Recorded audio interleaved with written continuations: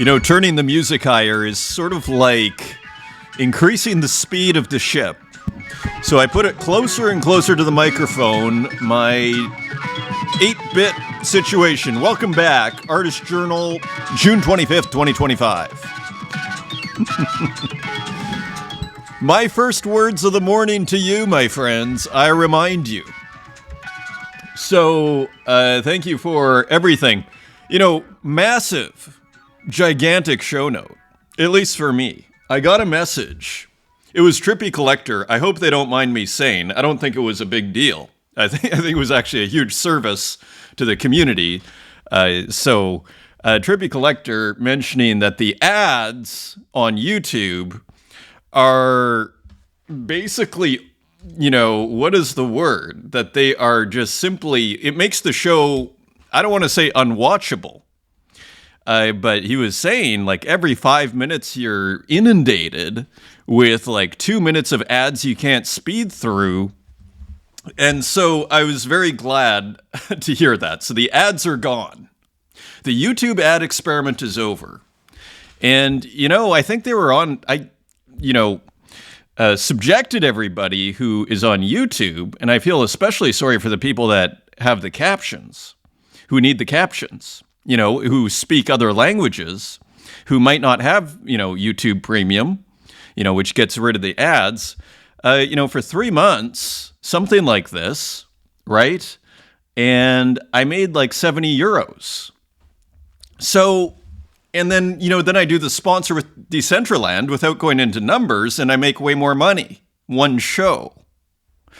So, so I'll just say the YouTube ad experiment for now is over. Thank you for your patience on that. And a big shout out and thank you to Trippy Collector. Go give Trippy Collector a follow or a hi or a thank you if you have been suffering from that, because it is only because of Trippy Collector who notified me that I made, it was an easy decision. The experiment is over. Again, if I start getting hundreds of thousands of viewers here, that is another story. But I think even then you start to at least hire people who can organize your ads for you on the show. So at least it's only twice. Rather, I just hit the kind of automatic and go crazy, YouTube, do what you need to do. And sure enough, it kind of destroying the show. One could argue. And it brings up a very interesting issue. Hopefully me discussing this doesn't hurt the show in the algorithm on YouTube. But it brings up a very interesting big tech issue, which is, why is Google going crazy on YouTube ads? It's an interesting question, right?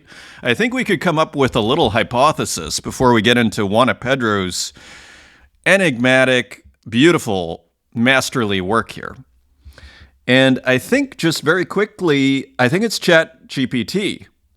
I mean, what is your go-to right now if you need information on something?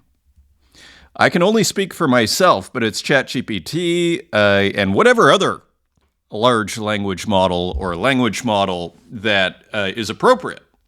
I still use Google, but it's almost by default when I'm how do I find that website again that I already know about? So I suspect, with YouTube still being maybe Google's biggest thing, maybe not right now, but in terms of where things are going, if their AI, they have Gemini, but if that doesn't blow up or it doesn't really take in the same way, how many people are using Gemini? I use Notebook LM, which is really good. And the only reason, for a few reasons, but probably the main reason is because you can put in a YouTube video into Notebook LM and it'll start to synthesize because it takes the transcripts from the YouTube, because it's all Google. Of course, Notebook LM being Google. So I suspect for them to keep revenues and to make, their earnings calls not seem, devastating, I suspect that's what's going on. They just run the ads, and it makes you wonder, if you're advertising on YouTube, are your ads just getting kind of lost in the shuffle? So, moral of the story, If you want something well done, if you want something done well, you have to do it yourself. So if I want to sell ads on this show, I'm far better off doing it myself, or at least, eventually maybe people can help or whatever. If you are interested, reach out.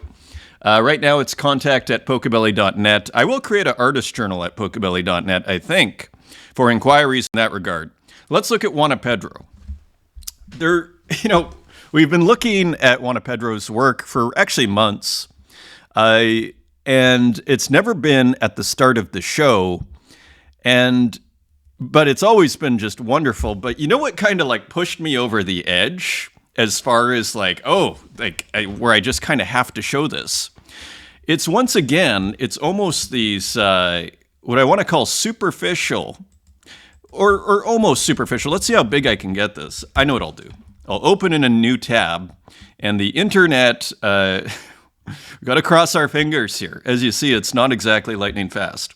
But here, I'll show you, it's actually like these yellow stripes that just kind of fade in. It almost looks like AI. I don't know.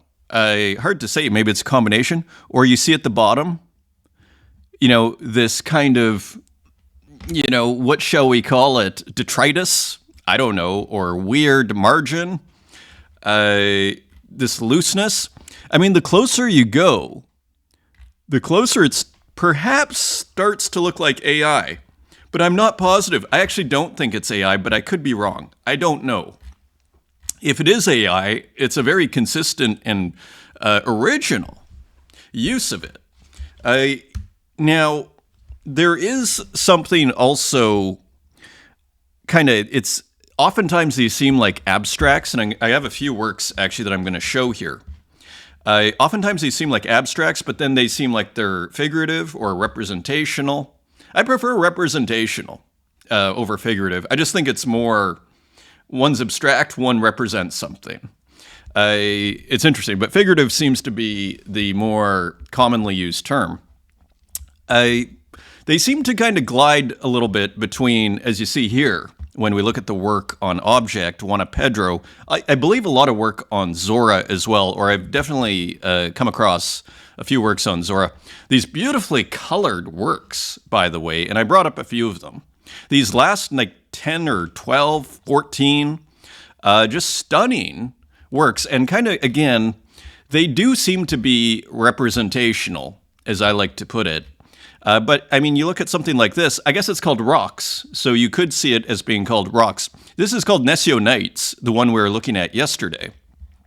Of course, Night Takes, we saw the other day, kind of looks like a wolf or something. We're going to see some of these. Time Stop, however, it feels a little bit more abstract.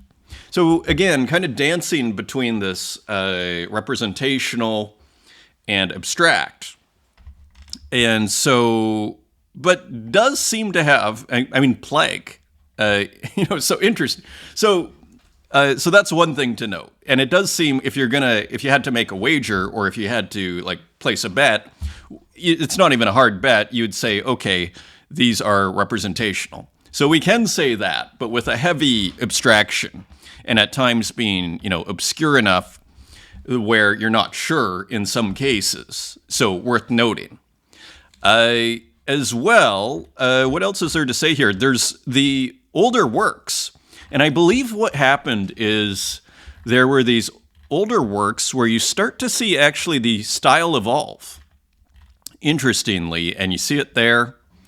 And then I think Juana moved over to Zora, I believe, if I'm not mistaken, or to other platforms, and then came back to Tezos, I think is what happened here. Because you see quite a jump here. But this is all pure speculation here. So just thoughts here. Let me bring up a few others. The color is quite noteworthy, isn't it? All-Nighter. Cool title here. And again, we see these textures, which again, I don't know if you can see in there, it does have the feeling of AI. It's not hit you over the head AI, though. But quite a nice use. It kind of reminds you maybe of Gozo, where you have these kind of textured AI, where it's kind of in Gozo's case, if I'm remembering the name right, there's a few that are similar. Where it's kind of these surreal tableau, so to speak.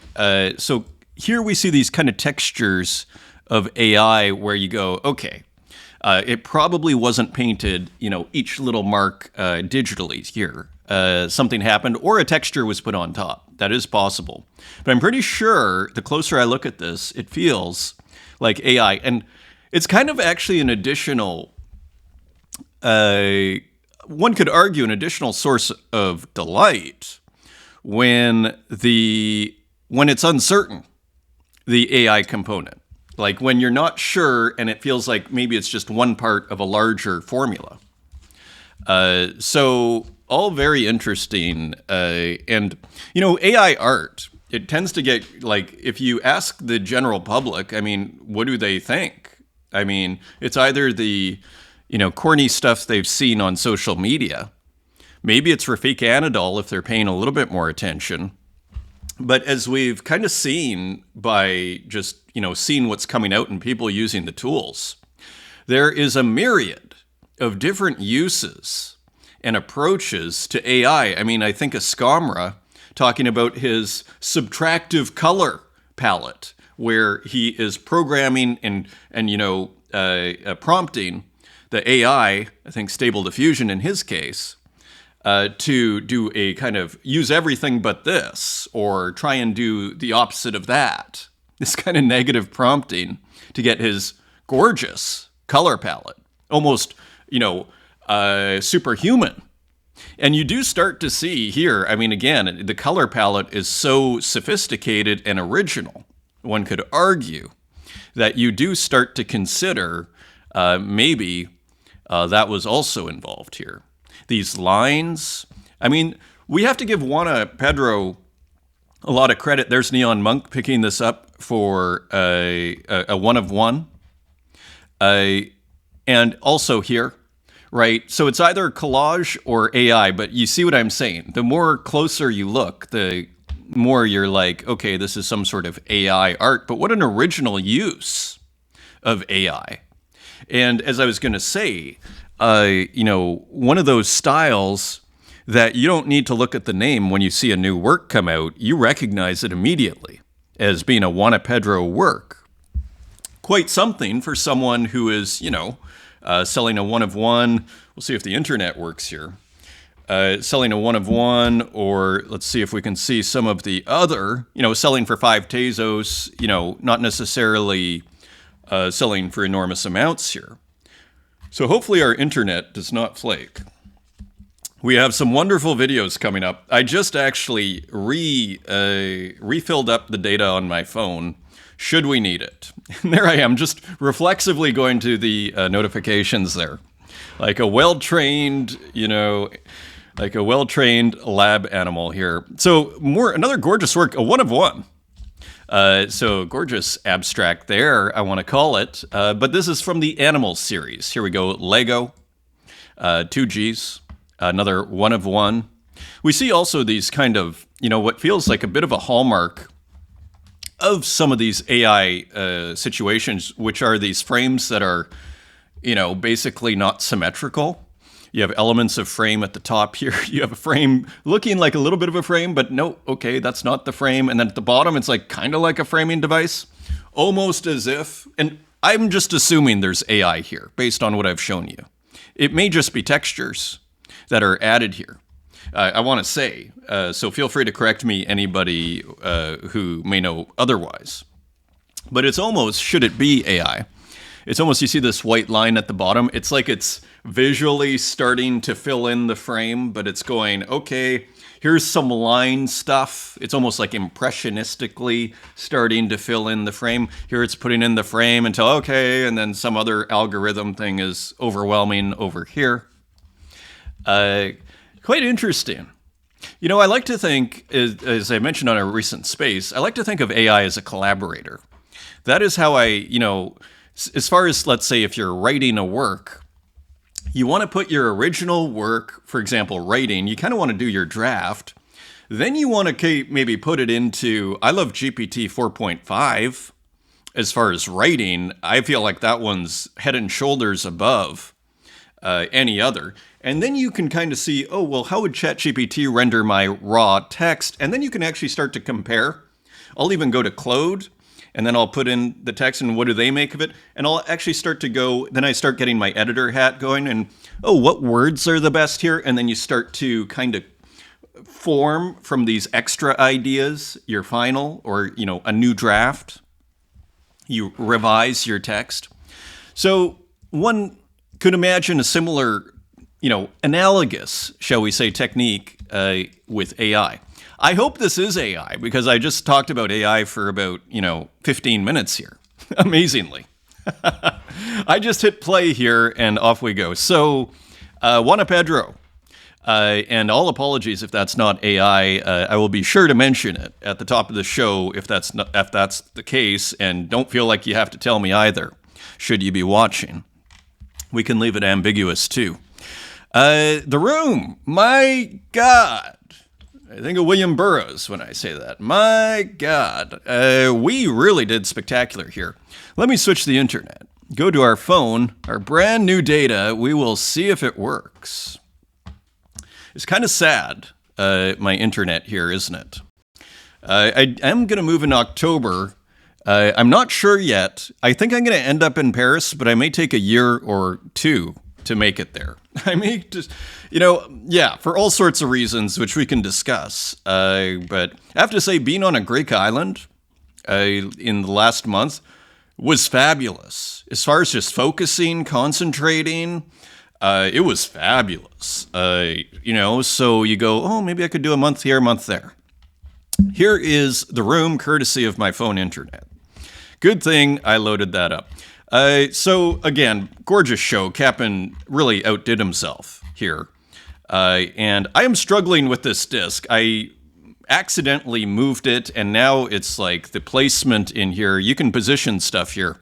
The only thing that's left on primary, as far as I understand, is this token, which is to enter a draw for Playa Grande here, this beautiful surfing work, or the 1024 Tezos floppy disk, which will unlock these 6 one-of-ones here.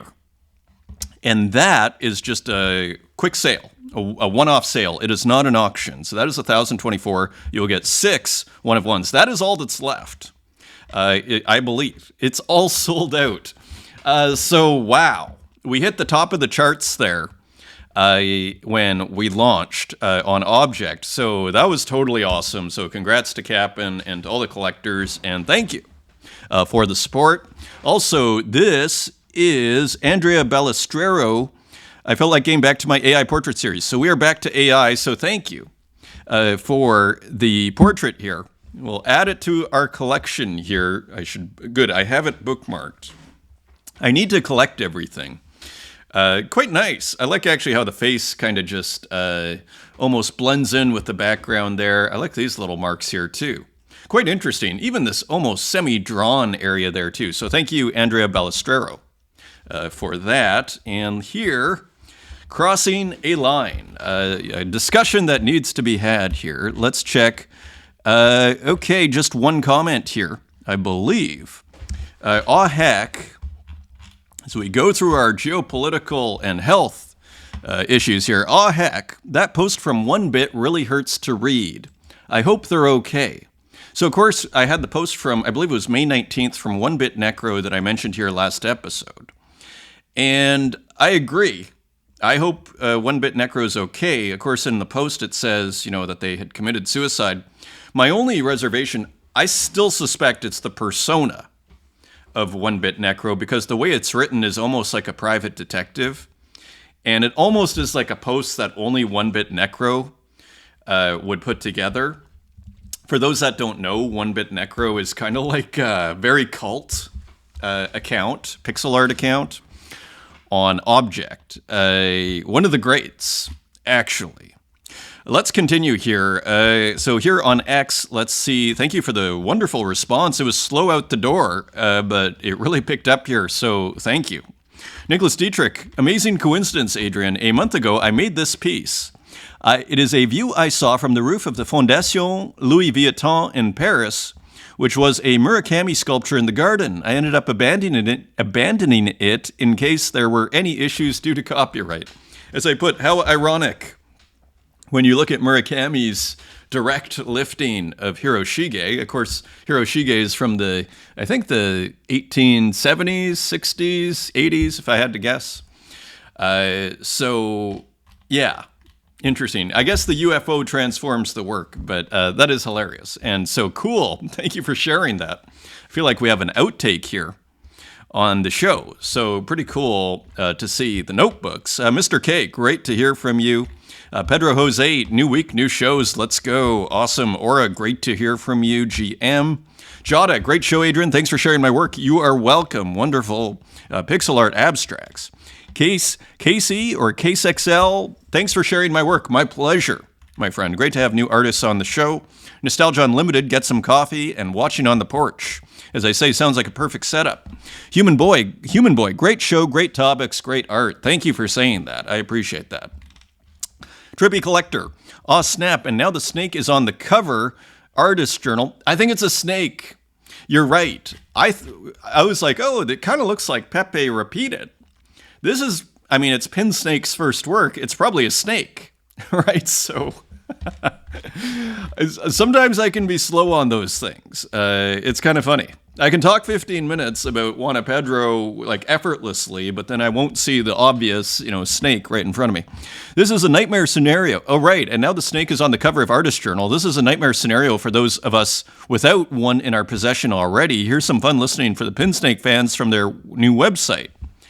Now, yeah, so we're going to see the next Pin Snake work this episode, and in order to get it, and you're running out of time, you have to burn one of your first work that you purchased. I accidentally bought two, because I was on two different accounts, and I was just testing stuff out. Spent all my ETH.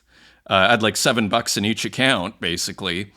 And then it took me forever. I had to wait for the fees to go down to even be able to burn the work without having to do a whole bunch of transfers. It reminded me of Ethereum, and I was just like, oh my God, this is complicated.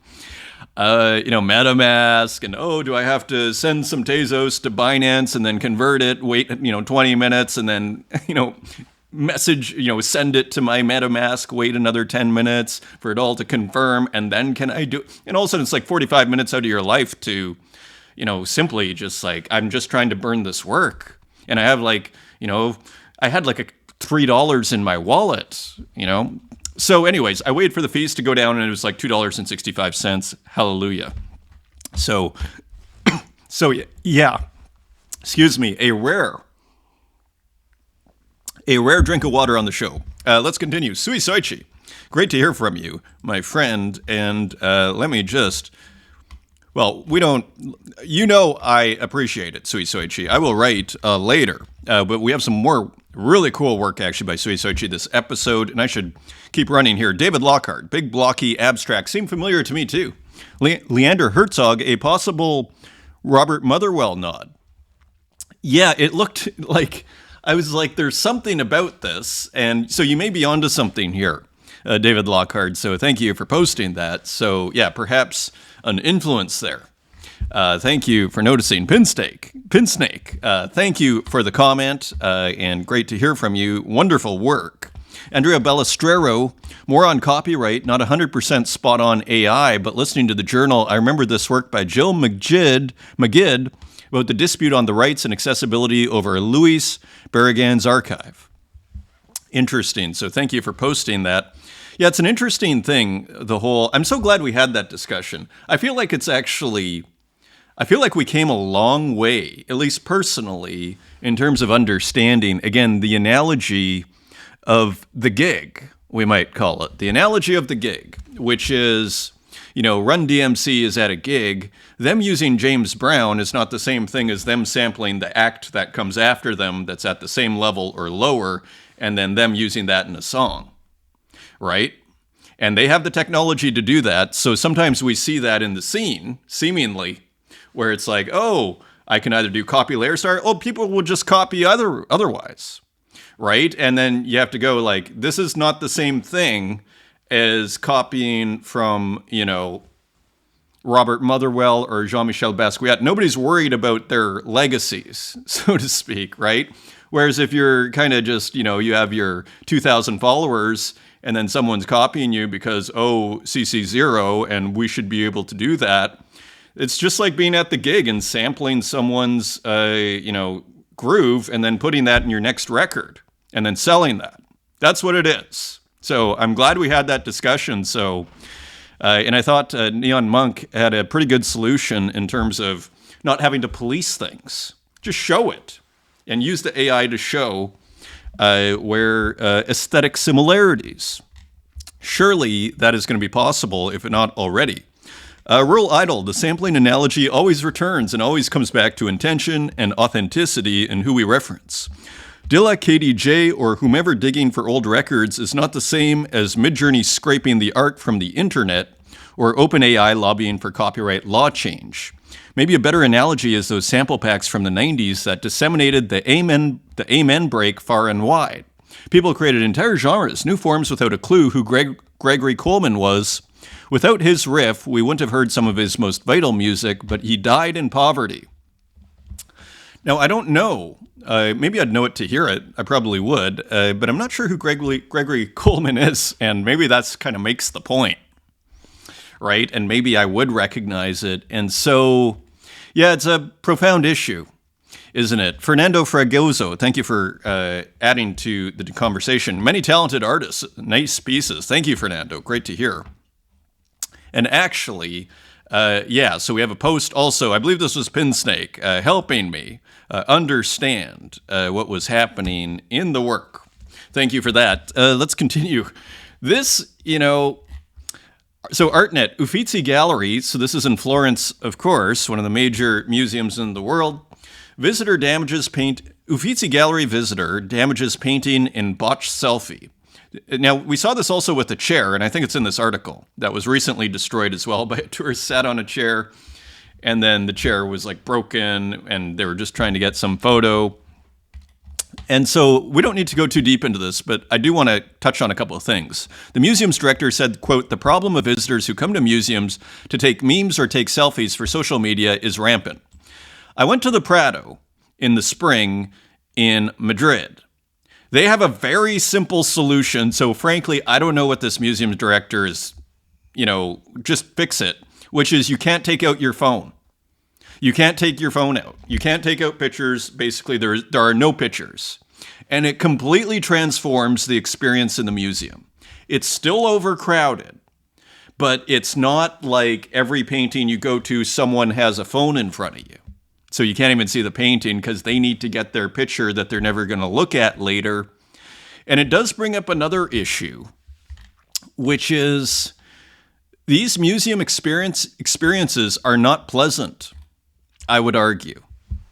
And that's the deeper issue, which is actually, it's an overcrowding issue, which is kind of interesting. Like, this year, I don't have any, at least at this point, any more vacations planned for the summer. And I'm kind of okay with that because I was already starting to see in Athens 2 or 3 weeks ago where it's still early in the season. It's starting to get pretty crowded. You go to the Acropolis, I think it's the Acropolis Museum. I was like, it's Monday morning. I'll go to the Acropolis Museum. I'm 5 blocks away. Why not? I have a couple hours. Huge line. Right, Monday morning. Okay, it's June, fair enough. But you could just imagine at the busiest times of year, probably around now and in the next few weeks, now that school's out in North America, right? And so it's getting too hot.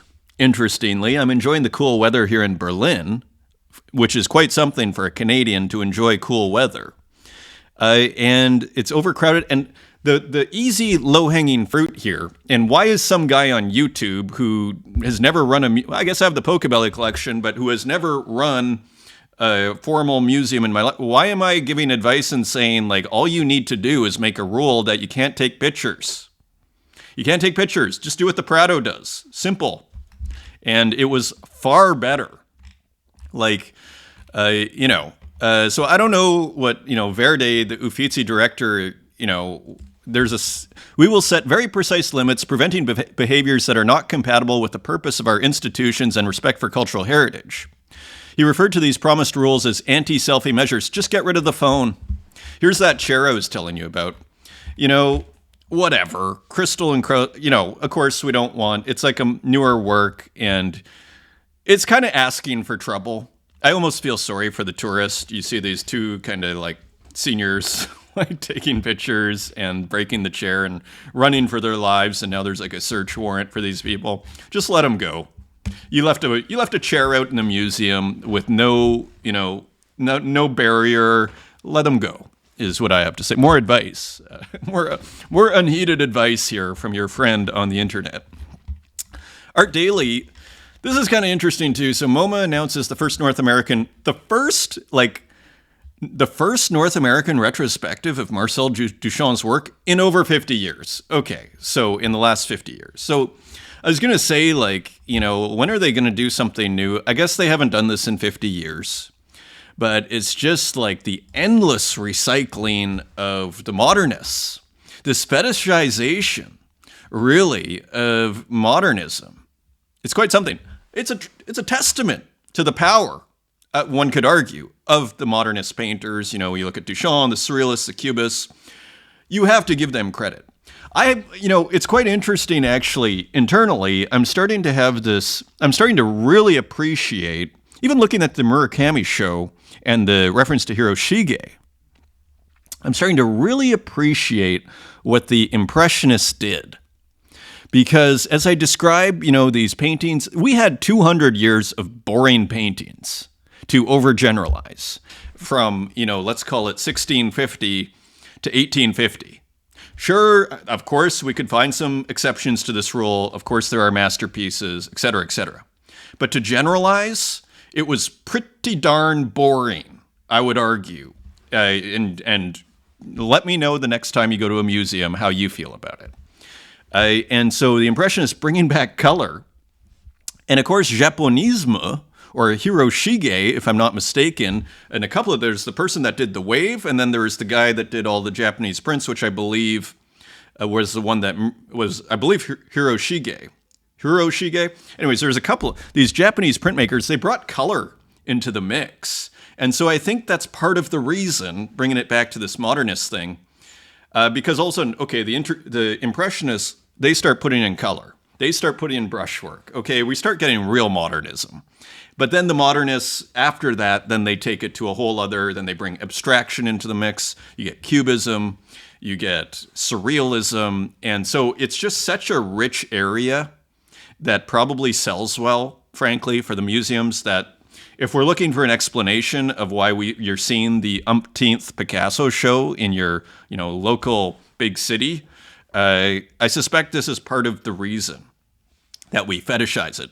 That being said, I think on the color and even on, these digital textures that are new, I think we have it kind of is another kind of, I would argue, argument for a lot of what's happening in this digital art scene, the legitimacy of it. It works along a lot of similar principles, but completely different medium and process at work. So all to say, just kind of noting this, here we go again, is kind of my takeaway on it. But I guess they haven't done it in 50 years.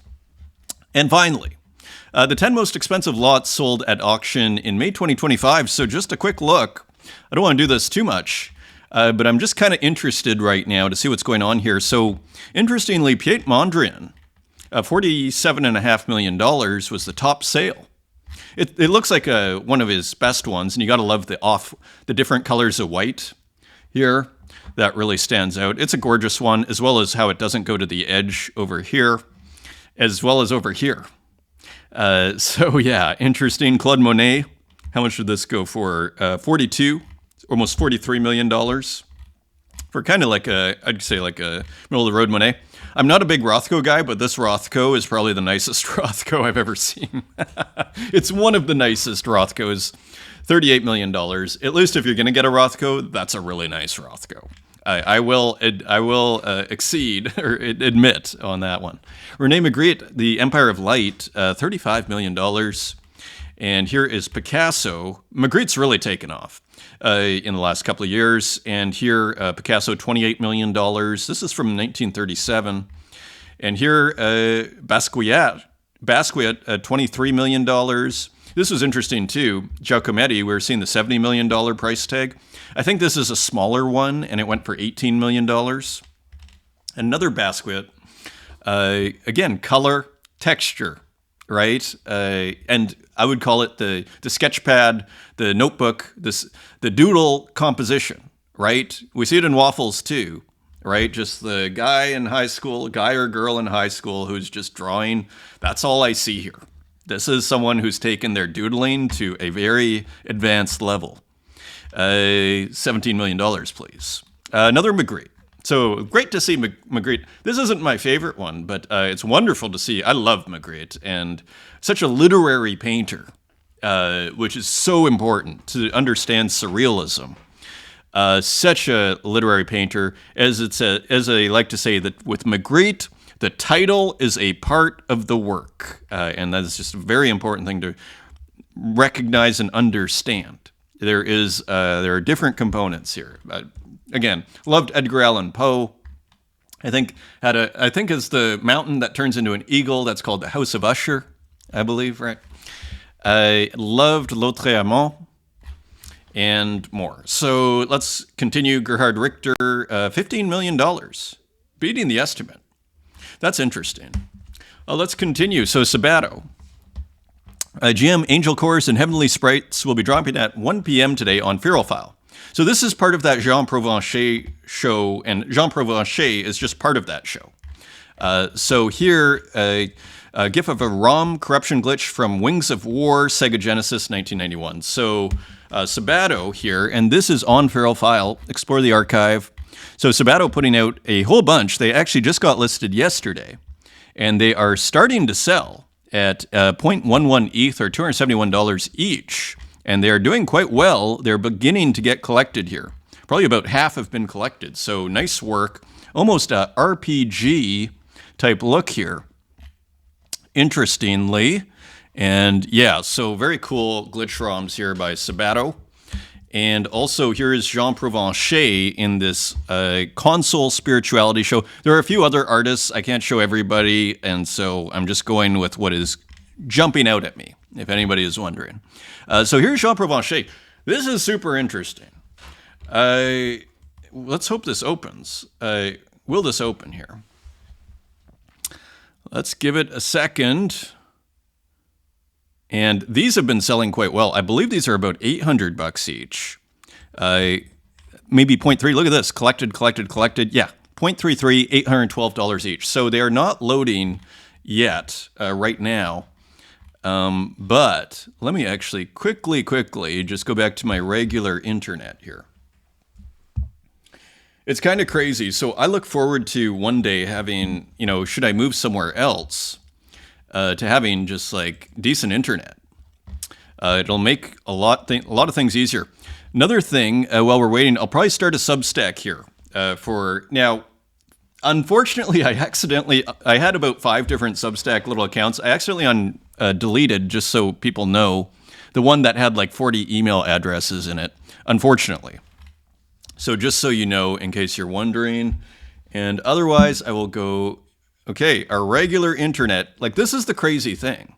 The regular internet now looks like it's coming back. Right? So welcome to my world here. Let's see if this works. So I'll probably start the Substack again, newsletter list. Okay, so cool work, isn't it? By Jean Provencher. Again, video games being a part of the theme of the show. So making a fortune here. These are $800 each. Every one that's collected. I think there's 64, and maybe half are gone, maybe more. So I think I calculated something like $15,000 or $20,000. Interestingly, so I started the show the other day. I love this. So it was red when I started the show. It's like, oh, okay, let's do the green version. Maybe there's different artworks in here too, I believe. So here's the green version. So just awesome from Jean Provencher. So that'll be a cool show. That's on Feral File. which I believe is their own website, feralfile.com. Those have gone on sale.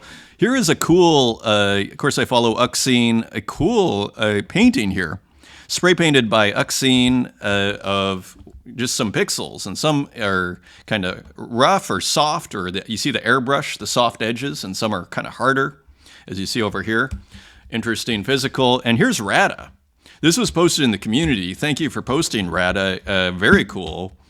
We see some different kind of princess rat and maybe a king rat here with a scepter, and maybe the hangman rat tarot card. And here are the cups. Beautiful work. This is on Taya. Also object on Tezos for $7.77. 7 Tezos, 77 cents. There are 11 left. Masterpiece here. It's tempting to say, look at this, another day, another masterpiece. And this time courtesy of Martin Bruce, which is not uncommon. Look at this work. Did any work, question, did any work capture you with even looking at the, dare I say, this might sound heretical, but looking at, say, the top 10, works that sold at auction in May. If you just removed that news article, if I was on a desert island and I couldn't sell it and I just had to pick one, it's just an interesting question.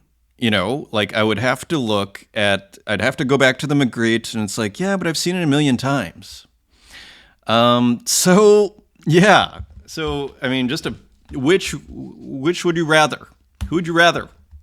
Romanticism, great title. Idealization, I love the crypticness. So 350 Tezos, steadily raising the prices, but why not? And, the Tezos price isn't exactly high. $188 for a one-of-one of this caliber seems pretty reasonable, doesn't it?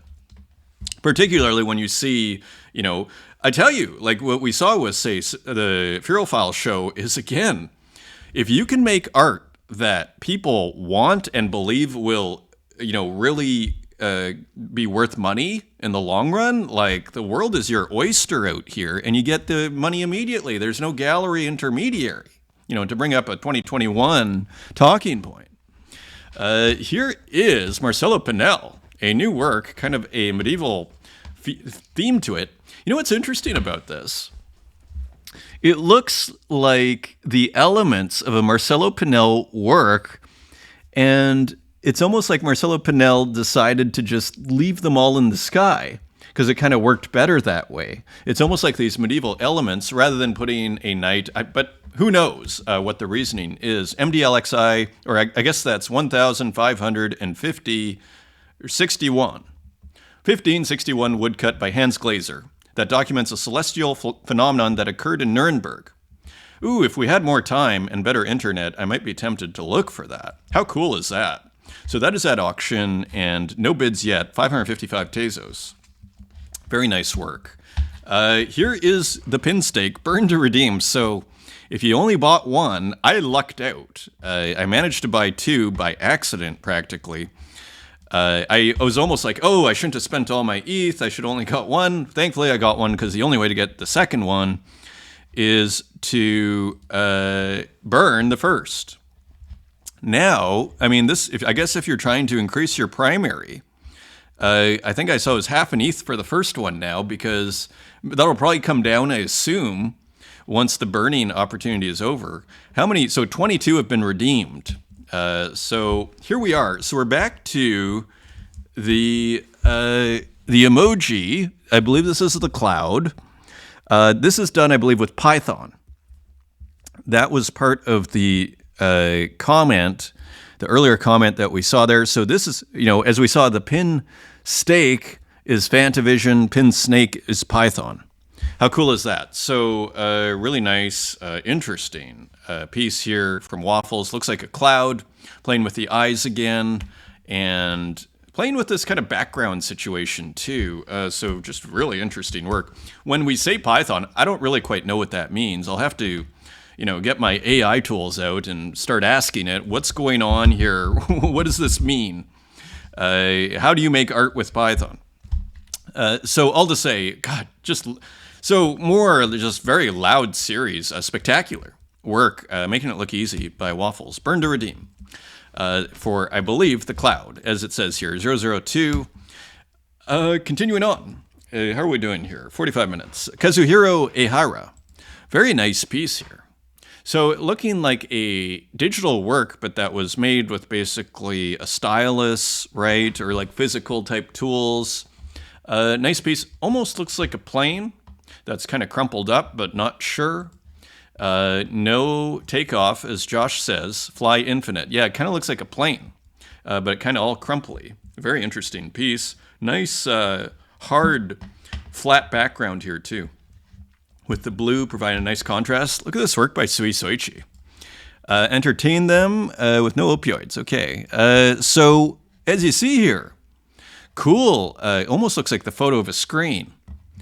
Cool textures in the background, and you're seeing drawing, or at least the, what appears to be physical drawing, but probably digital, but then kind of photographed. We're traveling through the mediums here, via mediated through a screen, which gives us this nice kind of almost yellowish, almost like we were seeing in that first Juana Pedro. I don't know if you can see the variation. You probably can in the yellow there. Quite interesting.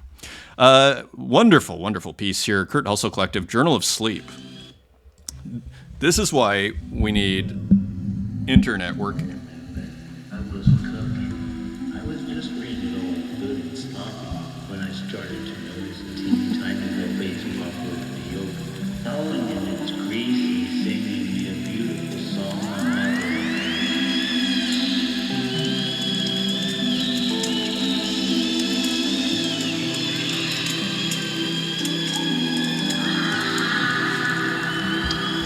It almost sounds like a Brian Eno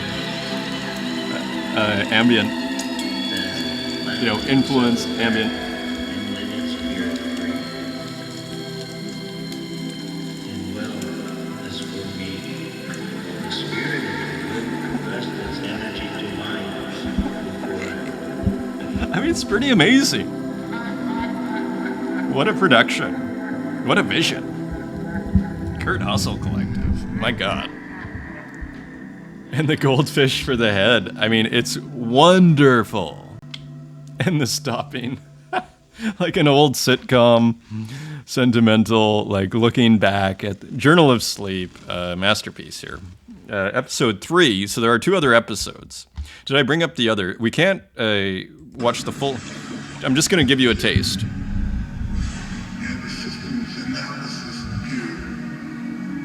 To check them out, I believe they're on Tezos.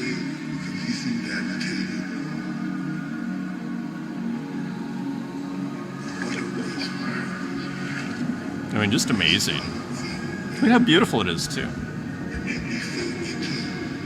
And it's funny, I keep saying it with them. Like, it reminds me of going to these, like, museums and institutions, and you see the video, and you're like, oh, no, what if they had this? What if they had this? More advice for the institutions. Courtesy, more unheeded advice for the institutions. This is pretty cool. This is part of a show by Sovereign Apparatus 1, Exigent Circumstances. This is max capacity. Nice piece. It kind of takes glitch to a whole other level, like the processing. Definitely has its own feel, and there's a lot of drama in it, too. Nice piece. Edition of 1, and that is 1,000 Tezos. Sky Goodman, also in that show, Precognition. Kind of a different piece for Sky Goodman, using what seems to be a little bit more analog video and textures and whatnot. So cool work. Do we have any details? Check out the novella Minority Report by Philip K. Dick. Animation created in Blender and run through a circuit bent Adderall V4 in Panasonic MX50. Final edit in Final Cut Pro. Edition of 12 and sold out. Unlisted. This is some preview works by Kyle Flemmer, who watches The Watchmen. Just some really nice frames here. And I believe I have the piece. I had to pick one up. Power Corrupts, of course, I believe quoting Rorschach, I believe, at the first comic there. It kind of looks like a Nintendo version or something with the eyes there. Anyway, beautiful glitchery. Who watches The Watchmen? And this is taking sprite stocking. Oh, weird. Maybe this is taking other elements from other games. Is this combining games? Is the question. That would be pretty darn cool. Taking the glitch ROM thing to a whole new level. Here's Scamra. Aura, kind of a pre-Raphaelite vibe to this one. More beautiful textures by Scamra. This, I believe, is a one-of-one. You see these kind of like what I call these AI frames. So on the side, but not on top. Addition of one and private sale. Or just a transfer. Uxine. Some commentary from Uxine. And we see a paper airplane dropping bombs into what looks like a swimming pool. So harsh commentary from Uxine, but probably warranted.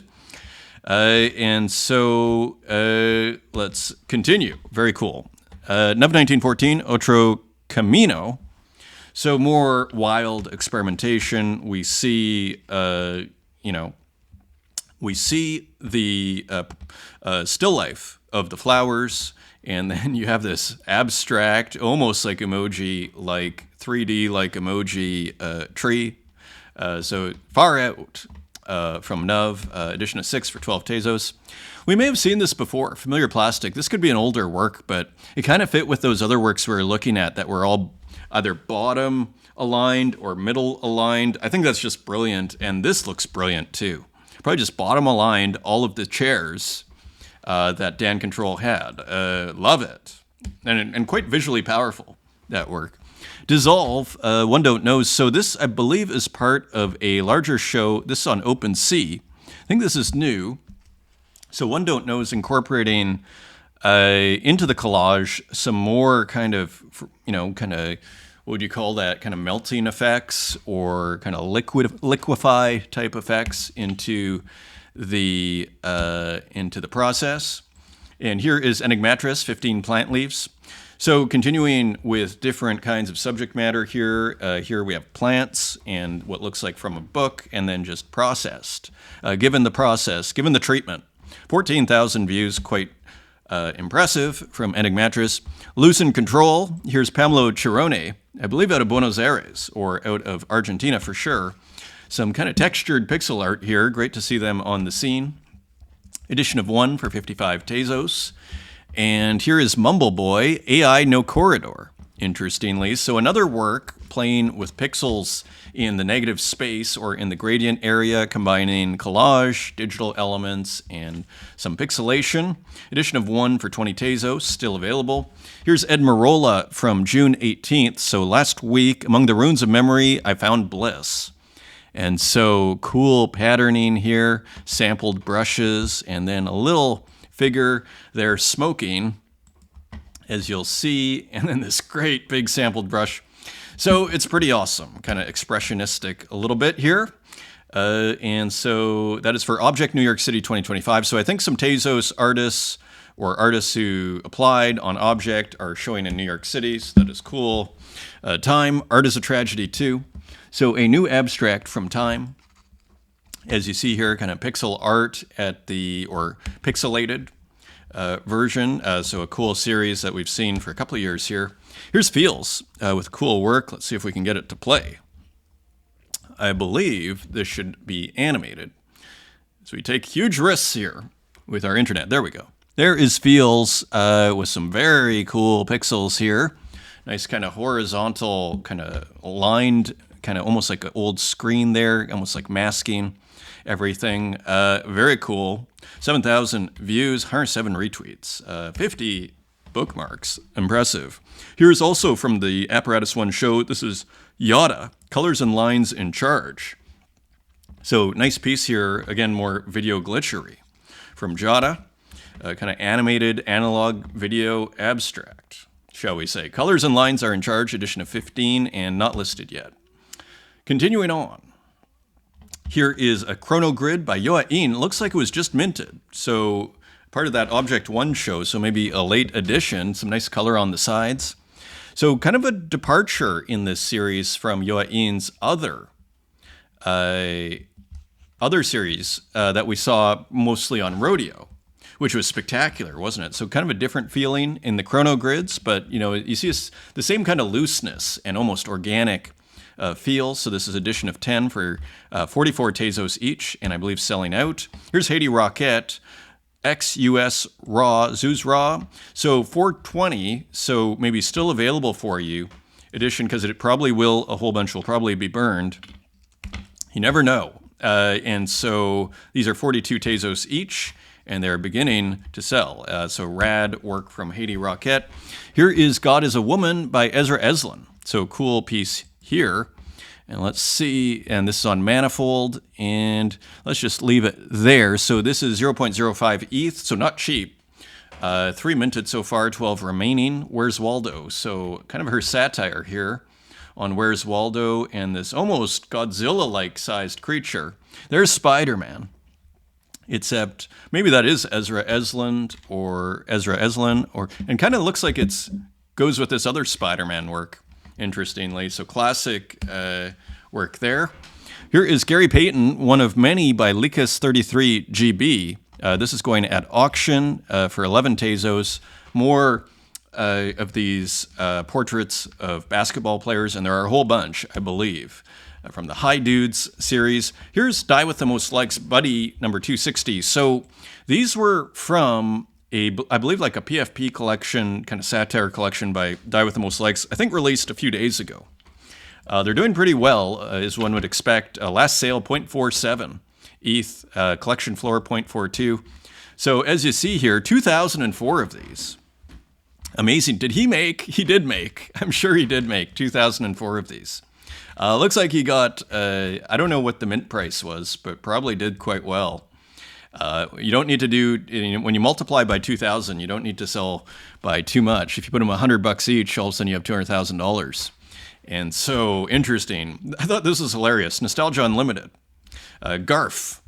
So I can't remember who I saw post this or whose collection it was in. Thank you. I don't know. Maybe it was Cal Flemmer. I can't remember. Have a great weekend. There's Garfield. So I thought it was pretty hilarious. Kind of went well with Die With The Most Likes. I picked one up. Still available. Jake Studios, Papoon Tang, NFT Uruguay. So as we see, NFT Uruguay making its way into the arts, and there is the JPEG in the hand. So cool work by Jake Studios, kind of a cycling Pigface times Jake Studios. So maybe this is Pigface here. So a collab, edition of 20 for 770, and they are beginning to go. Here is Brain Dead, Distorted. So starting, that's actually pretty cool. Love the concept. Very nice and simple.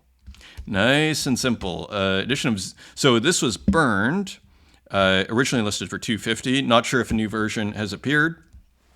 And also putting out a PFP collection, a 1-bit PFP collection. This is on Tezos, and so not sure. I think they're selling for 50 Tezos, or 25 Tezos each. And how many are here? Let's see if we can figure it out. 27. So nice. So 25 times 25, bringing in. So it's a pretty cool way to get a reasonably priced. I mean, it looks like it's almost all sold out. But if you're quick on it, to get a reasonably priced one of one. Jay Suyu. I can't remember whose. I was in someone's collection. I think it was Cal Flemmer. It was someone like that. And this was another piece. There are 2 or 3 works, which I discovered. I think it was Cal Flemmer's collection. So who is this again? This is Jay Suyu. And so edition of 20, interesting, kind of another combination of glitch and pixel art, which we saw, of course, with Hermipe. Here we see again. Quite an interesting combination. Here is mech.txt, interesting combination of kind of what you might see in a church, a Byzantine church or something, and pixel art, and then adding the red on the blue. So cool work here. Woodcutter, edition of 1. And as you see, there are 4 works in the show. And here's another one called Old Man, who looks like a saint, maybe St. Peter, perhaps. And here, as you see, cool, kind of inspired by what looks like, again, Byzantine church iconography. That might have been burned. Not sure what's going on. That pinball guy, Lode Sinclair. Oh, this is great. It's always impressive if you can make a keyboard look good. I mean, that's pretty good. So nice work by Pinball Guy here. Edition of 1, only 15 Tezos. Very cool. It's Nathan. Very nice. Would we call this a pixel art abstract? I'm not sure. An animated abstract, we could definitely call it. It's quite interesting to see. I don't know if you can see the 4 squares in the background. That are changing colors. That is quite a fact. So a lot going on there. Edition of 3. One picked up by Louis. Here's Somfei, Archimedes window. Archimedes. I have to work on my pronunciation there. Of course, the great inventor, I believe out of Syracuse, that much I know, who actually helped defend Syracuse from the Greeks during the Peloponnesian War, if I'm not mistaken. Or maybe it was after the Peloponnesian War. I feel like he was a little bit after. He was. I think he was like the 3rd century. But created a whole bunch of interesting inventions. Nice piece here. This is by Somfei, also part of the Apparatus One show. And this is also part of the Apparatus One show, so a lot of cool analog video glitch art. Tugcan, nighttime. And so nice portrait of a fly. Curated by Xmortals. So that is why you're seeing all of the glitchery. And this might have also been in that collection. Cameron 16 TV. I wonder if this was also Cal Flemmer. A little different. Pretty cool. Very cool. Cameron 16 TV, 3 Tezos, edition of 7, still available. That was Kyle Flemmer's collection. You saw his name there. Demon Ego. I couldn't have convinced anyone without evidence of this encounter. Nice piece here from Demon Ego. Cool masking. Pretty original work, isn't it? So that is an edition of 5 for 20 Tezos, still available. And here's Renke. He pushing the shapes and almost animating the shapes a little bit. So keeping on pushing things forward. Edition of 2. And here is Bosque Gracias and Type Machine number 8. And this is an open edition, none minted so far. You may luck out and get a 1 of 1. Look at how great that is. Made with a typewriter, I believe. Beautiful abstract there. Very cool tool, the typewriter. Here is Gregorio Zanardi as we move into the physicals. This is oil and acrylic, 100 by 120 centimeters, and this is the NFT. I don't know if you get the physical with that or not. So do check on that if you're interested. But Gregorio Zanardi, as far as being a painter, is getting pretty impressive. Like, just keeps at it and is pretty prolific, and it's starting to very much go somewhere, isn't it? Edition of 1, 200 Tezos. Nice piece. Good work. Andreas Del Vecchio, Arepa Pabellin, not sure, oil on canvas. Kind of looks like a combination of like a 1970s art history textbook, but it kind of looks like modern subject matter, painted in a way from like 60 or 70 years ago, reproduced in a 1970s, art history book. That's kind of what that looks like to me. I don't know what's going on. It's probably all new. This is It's Not Gallery showing Ricardo Passaporte. So cool. I don't know what it is. It just all works. Maybe it's the airbrush contrasting with the solid blue, but still, some detail in there, or some looseness, we might say. Quite like this, Motohiro Hayakawa. The art of Motohiro Hayakawa. Cool green and white version here. We'll see. We'll be looking forward to your orders. 32 pages, full color, poster, and booklet included. My book will be released from Banzai, France. Cool. Very cool. Here is Wade Guyton. Don't hide the tools. He makes them part of the image. This is older. You know what's crazy as far as my own experience? Like, I saw the Wade Guyton show at the Whitney too. I don't know I think it was at a different time. I only went to New York like a handful of times, like 5 or 6 times in the 20 teens and early 2000s. The first decade up until about 2014, 2015, maybe I went 5 or 6 times if I had to guess.